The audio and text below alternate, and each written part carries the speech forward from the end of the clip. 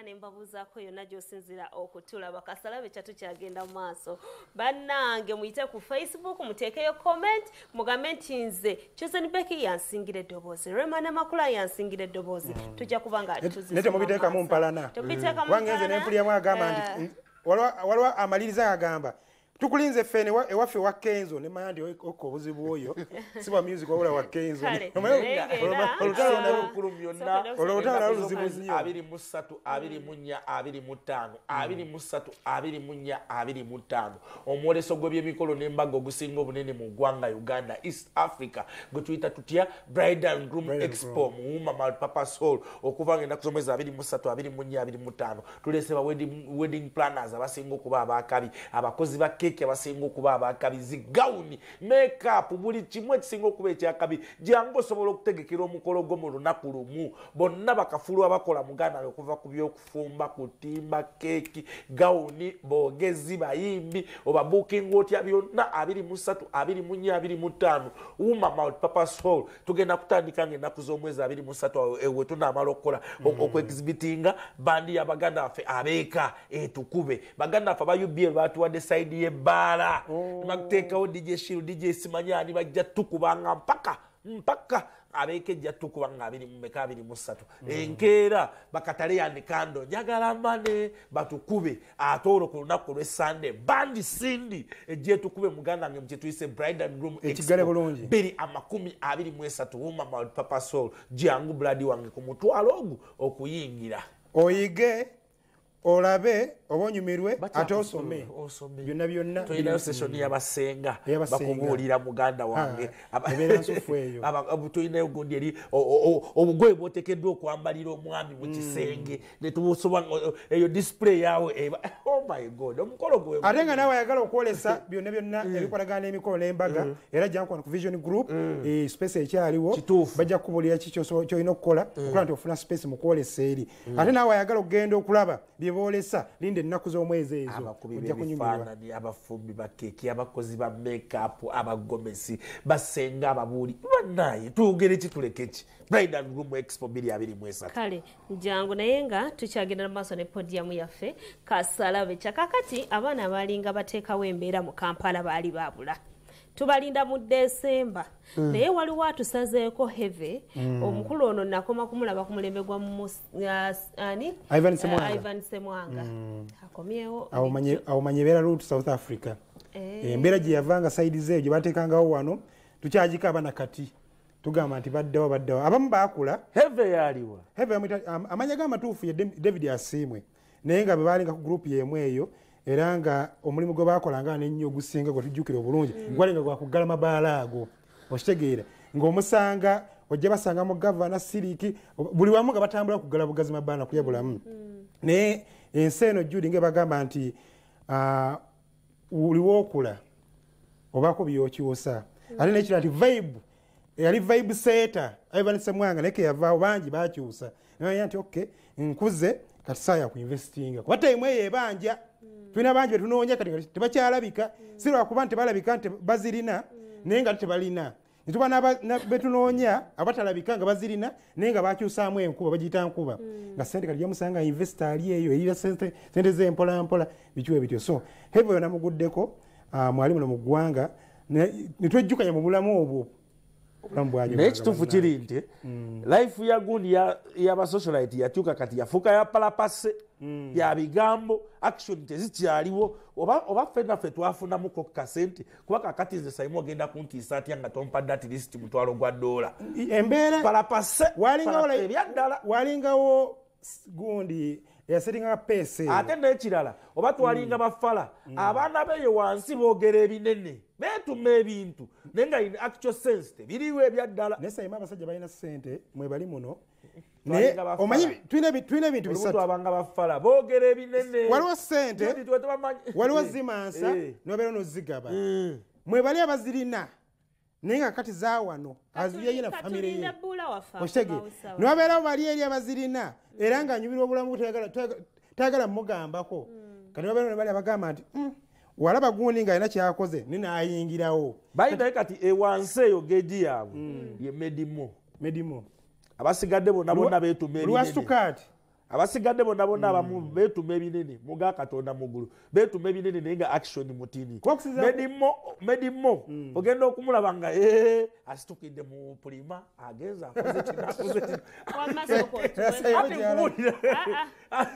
nga nokasuka akasuseemu agenze emyiniki agenze ewa abasigadde boogera bwogezi aga katonda muggulu beetuma ebinene Heve Obulamu bugamba ki? Obulamu bulungi mati. Ombuzeeko nnyo. Wendi. Okyali heve ngedda. Nkyali heve. Sikyukana. Twali tukola emboozi awo. Eseba. Nga twebuuza bannayuganda abasajja abamasanga ssente abayanga ssente abakyakazanga bannakampala nga tetutabalaba mwabulirawo muli kuki kati bangambye nti hevi yayingiddewo nga nteeka omunoonyaako eseba ne bane mwalya ssente banna era ne kati tukyazirya mwakyakalanga twakyakalanga mwanyumisanga ekibuga naye kati ebintu byakyukamu matini kyo kyokgenda mu bbaala luli twagenda n'osaasanyayo bukaddaana kati osobola okubuwa omuntu n'abaako kyatandika kati twafuuka ba investor South Africa bitambula bitya? South Africa bitambula bulungi. Muli kuki eyo mwatumanyiza muyingirawo mu December gwoze gwakutaano esebo ogwokutaano luli ya December yalinga holiday time naye kati olaba nze mu gwokutaano ndi mu business era siva ku nnyonyi oluva wano era ngenda ttake era kati ndi wano monitoringa zi business wano nyinawo kampuni yange y'ebyobuzimbi hardware kati byenza okuchekingako then ndyoke nzireyo kati mbeerako wano myezi 2 South Africa myezi 2 ttake myezi 3 Japan mwezi gumu abantu bagamba mwaggwamu era mwekuwe kati mukyalabika tetugwangamu mwe tuli business zezitukwasaganyizza luli twali tetulina byakukola kyobola abaatulabanga buli ddakiika naye kati tulina ebyokukola bye bitukipinga bize naye nga mwe tuli bitambula bitya tugezaako matini tupushinga erinnya heve eryo heve gwe mmanyi yali mukubi wa bikonde professional boxer mu America gwe walijjawa erinnya heve era nga bwondaba ndi heve olaba omubiri ndi heve businesses ndi heve sente ndi heve kwegamba erinnya lyetoololerawo mu bintu ebyo kyovola abantu ma heve era ndi omu heavyweight. South Africa okola ki era obesinga wa? Africa mbesingira Cape Town Gordons Bay era ndi mu transport okusuubula amamoroka era waliyo ne business endala gye ngenda okutandikawo ya fish and chips bampadde franchise enda kubanga nye employing abantu bangi nnyo kwema ennaku zino kati mwogera mu business temukyayogera mu kumaasa ssente business nti have empire akakaddawo n'omugamba nti akwata kati business ze tufokasingiddeko era bwe mala okulaunchinga fish and chips e South Africa brand eyo yalangireete ne Kampala naye nga bo bawulizako banniwe mwamaasanga ssente mwasulanga Kampala nga mukikyamula mbawulizaako tuwuliziganya kasimu era bali bulungi embeera eri South Africa etutiisa ffe abali eno ogenda okuwulira gundi bamukuya amasasi gundi yafudde buzibu ki ezimu zibeera accidenti naye nga abaana bo bali bulungi tebalina buzibu naye ngaekyo kyo kibeerawo kiri nnomu abantu bafa bulijjo accidenti obulwadde bamukubya amasasi wisi alina we yavugidde nga tategeerayo baagadde kumubba n'alemererwa kati baba balina okumukuba amasasi balyoke batwale ng'emmoloka kati incidenti ze zibeerawo bwezityo abaana nga bafa nnyo obaka obusembayo eri abavubuka bakulaba abavubuka mbakuutira kintu kimu tukole nnyo buli lwokola ennyo oba ojja kuba rewarded kyekyo kyobubaka bwe nsobola okubakuutiza yomukulu David Asimwe amanya g'amatuufu ya David Asimwe njagala obulize ku basajja bange musajja wange bamuyita miti ogamba otya David yagenza atya David akyalimu akyalimu waliwo miti waliwo gundi kawawa wa miti kawawa miti yani Mr. Masatte eyo gwabyogedde kwali akulaba wamakale abana South Africa mbategeeza nti tunawo banaffe abamuwonya herbal research obanga oli eyo ng'owulira embeera tetereera ng'olina ekirwadde ekikutawaanya jangu buzi wano banaffe abamuwonya bagenda kubanga basooka ne bakukebera ate oluvannyuma ne babeera nga bakujjanjaba basooka kukebera mu byuma byabwe basanga wali ku Butikiro complex opposite hotel Sojovalu ogenda okubeera nga obasanga mwali mwasobola okundikirayo mufeetu ne mutumya omufeetu ne bamuntikira ne bamundeetera wano mufeetu sente zisalawo zokka ngenda kwogera nani njogera n'emiti agende ku gundi bagitabo batya wali nerabiddewo mukabya soko njukizeewo muganda wange baletereyo mufeti ogamba otya seeka Sadma yaye ogamba otya mukwano gwaffe wali ku Tahil restaurant banaye muli awo akacaayi kakuta tumwagala nnyo seeka ne hajati ku Friday nja kuyitayo nkubuuze omanyi yatukola bulungi nnyo n'agamba kasazi kola saa 2 wali TV zonna gaggadde babeera kukasalabe ekya podium watulaba ne hajati we ne musajja wange omulala bamwita Yasini Yasini yakutte kumpi emitwalo 10 emboozi ngenda gikuleeta Yasini waffe yakutte milioni 10 n'aziwa Victor Rose okuyimba akayimba k'omwana we ku birthday mu birthday ya mwana we yakusande naye ayagala omwana oyo wayina yeka Judy wankuyite mpita sebo bamaze okuyita kyagala tokuyita bamaze okuyita akuyise fulufiga ajja kumalako nakusoka kusaba fulufiga awo bitabudde kati obitabudde jeno fulufiga gwegenda okusooka okuwera naye tanyinaako buzibu asomedde akatabo kahamu kali successive akasomedde emyaka 5 n'abaana bakuba fulufiga akubuuza kyogata nayiga yagambye university mugisomera emyaka emeka nza katabo nti abasomesa kufumiitiriza temunayiga kufumiitiriza ajali ku chapter esooka kufumiitiriza ajali ku chapter esooka owaayi bapromota babalaka ki bapromota ne bapromota tebalina jawulo nabayimbi olunaku olwaleero ndabyeko waliwo ttiimu egenze saidi zere Kalamoja okusinkana Jeno ng'ekisinza okubatwala kusaabulula bo bakise kusaabulula ebigenda mu maaso e Kampala eno nenfunamu okutya neŋŋamba bapulaninga Jeno watakuwa mafuta ga milioni 5 wala ogenda okuvaayo emmotoka yeetaaga service naye abaana bazivuze bazina okuba njogera essaazi eno nga bayingidde Kalamoja weetaaga okusaba naye nga kibatutte bakise kusaabulula so simanyi kigenda mu maaso because ekisooka ddala promota ebasooka ne beegatta yali asinga oba obuzibu bali bamuyita Nobati ne bamukansa Nobati Kabanda Abitex Gudiani and events waliwo akabinja kabagundi abo bali babawo obuzibu ne babakansa ne babayingiza mu kiri ekya National Promoters Association era Abitex Gundi Nobati ne yeetonda okumanya bamukozesa bamuwa akakulizo kagenda nga buli wamu gyeyayitanga nga abakuba nga yeetonda ku buli TV okitegeera so oyamala ekyo ekimukozesa ekyo tekyali ntino because ayina ekyamaanyi kyalaba ekyenjawulo yali awulidde nti waliwo ssente zikola ki ezijja nekyenjagala okusaba bannaye bekikwatako ku nsonga eno okwegatta kituufu kirungi okwegatta ge maanyi okwegatta kiyamba industry eno nga bapromota ng'abayimbi naye koozi y'okwegatta erina okuba gye balina okukulembeza we baneegatta nga balowooza ssente ekyo kifu kubanga bazirete bazibagabire nti buli omukwatayo 5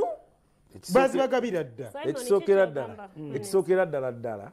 baganda baffe mwenna abali mu Uganda bakola ki baganda baffe abo mubaleke bagende balye ssente banyumirwe era bagenda kuddamu balye kuba eyakoze ekintu Bobi Wine yanyenyeza omuti kati emiyembe gyagudde weyanyenyeza emiti yanyenyeza ku buyimba 2 ne Nalumansi weyanyenyeza bwati federation nezikolebwa kati yatiisizza nti mwongereyo kitini ekirala sente bwongere Bobi Wine yali mu kuleeta bamuwaako simanyi oba bamuwa tebamuwa naye nga Bobi Wine sente z'omuwiwa omusolo buli wonyenya bwoti ebyo byokuba simanyira bisanda okuba Nalumansi nga federation bazikola nga kasente bakabawa bongere okwaisolatinga era ebyo byonna byolaba principal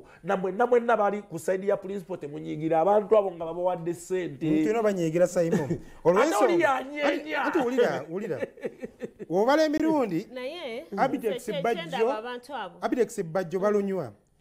Jeno ng'akyali eggulu Jeno n'agenda ekapeeka ate buli lwakyusa location n'agenda eggalu buli lwakyusa location nga balumba nga bakima Kalamoja wala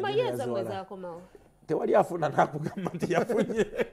wano mukaaba buli omu aba akaaba mukufuna tomanya fenna ne bapromota byemukola byonna bwe banaafuna togenda kuddamu kiki kati sokoleke nkulage liri pazo yabadde abakuba ng'abakubira ddala bamuwadde obutaano kyebakoze nga bamusindikira kamiliyoni basooka musindikira bali luno naani n'abavumira ku TVM kaakati ekiro Kamili amukwata amuteeka mu Range Rover amutambuza nga bawadde nadda Kamili anyige kwani liri puzzle akyaddamu okwogera ku ya Federation yafunye butaano kamu kasita bamutaddeko Kamili taata go atuyigiriza okuyimba koyogedde bwotozi ow'omukono nani togenda kuteekawo lwa nsonga luli obadde oteekawo naye nga tomanyi kinegundi akoze ki naye nga kyessaawa zino tugenda kubanga ffenna okuteekayo ekivulu tuyita mu federation ebbanga lyemmaze nga ndaajana bapromota batwala abayimbi eyo abayimbi tebabasasula bonoona ebyuma by'abantu amasasi gavuga abantu bafiira mu bivulu maze emyaka giringa 15 nzija ngo nwanirira ekintu kino naye mukama katonda baagasa abategesi b'ebivulu bano ne bakola federation emu ekitegeeza buli kintu kyonna kigenda kutambula bulungi mu ggwanga kubanga buli mulimu gwonna gubeerako regulations gubeerako amateeka omuyimbi agenda kuyimba emarabba federation ng'emanyi mwami abitex ng'amanyi omutegesi agenda okutegeka emarabba nga tumumanyi agenda okuteeka ekigangazi eri awasemba wansi tulina okuba nga tumumanyi paka oweeka sensero n'ekifumu agenda okutegekera nga tukimanyi niwabaawo ekiganyo kyonna federation eyingira mu nsonga negamba omuyimbi jangu sente zo ziizino oba promota kwata ove mu kifo bikusaze tujja kukubanja tube tuyite obumu katulaire constitution gitwakoze ffe twagyekoledde nti nno olw'okuba nti omulimu gwaffe tugumanyi nnyo twakoze constitution eyo nga etulambika ku ngeri ya nkola ya mirimu promota yaani anaakolanga atya omulimu gwe akomawa otegedde bwekityo bwekiri so nungi nnyo ddala nti kola nti ne bwe tubadde tugibasomera tewanavaayo agiwakanya kitumu abimanyi Nobert koleva kwe tuli saazi Nobert yasinga okumanya bino kubanga ekibiina kya Nobert n'ekibiina kya NP ebyo ebiina ebyegatta awamu okola federation so kitegeeza nti ebitambula byonna tubimanyi ku level y'emu nti olwaliro president wa federation ye mukulu Abdul Musinguzi amyukibwa Balamu Balugahare wa NP naye omumyuka owokubiri wa Amponent bamuyita Big Event omumyuka owokusatu wa Amponent bamuyita David Mpola ava mu Amponent kitegeeza nti agamasiga esiga erya president n'abamyuka be basatu ababiri bavudde mu NPA ababiri bavudde mu Amponent federation ogira eyaba promoters nganzo omuntu sijikiririzaamu ate yabayimbi ekisokerera ddala wakizikiririzaamu mulimu abantu abamali ku federation eyo bwe bataddeko tutegeerera ffe nga takwata nkona milioni 5 nga zize nga takwata nkona milioni 10 ziteeka mu kivulu kyokka ali ku federation ategeerera nze era kedde okumanya okukwata sente niteeka mu kivulu nekisala wetugenda ku yabayimbi nyo zikkirizamu because wotuna edikens n'akakiiko kaabwe bamanyi obulumi gye bavudde manyiyo history yaabwe ngimanyi okutuuka bwe bali ate edikenzo nga ye alaba ebintu bingi but era edikenzo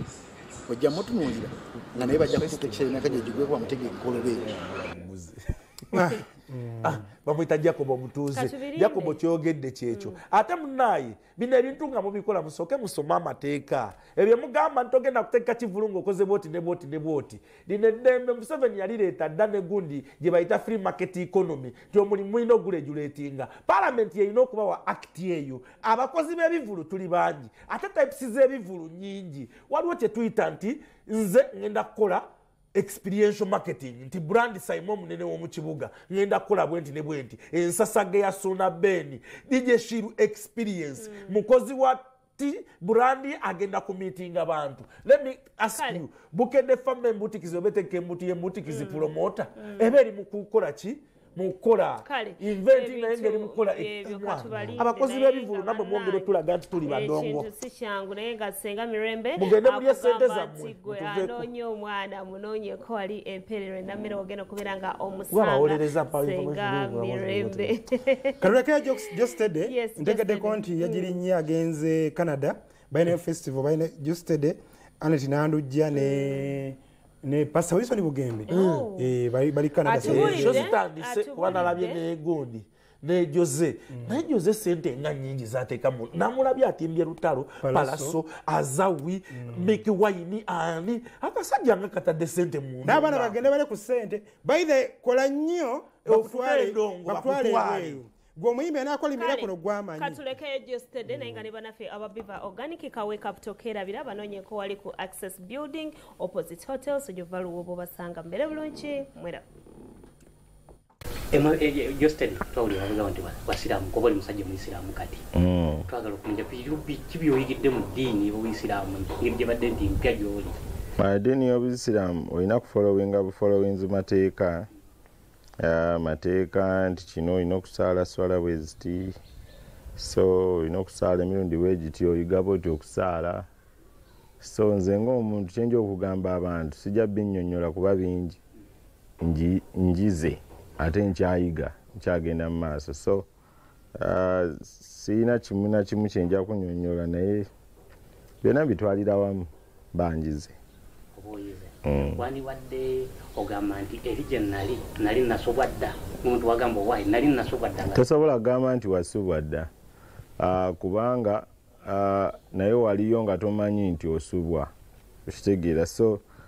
buli omu waali walabira omwezi n'enjuba, so tosobola kugamba mbu eri nali nasubwa dda naye wendi kyemmanyi nti weewo.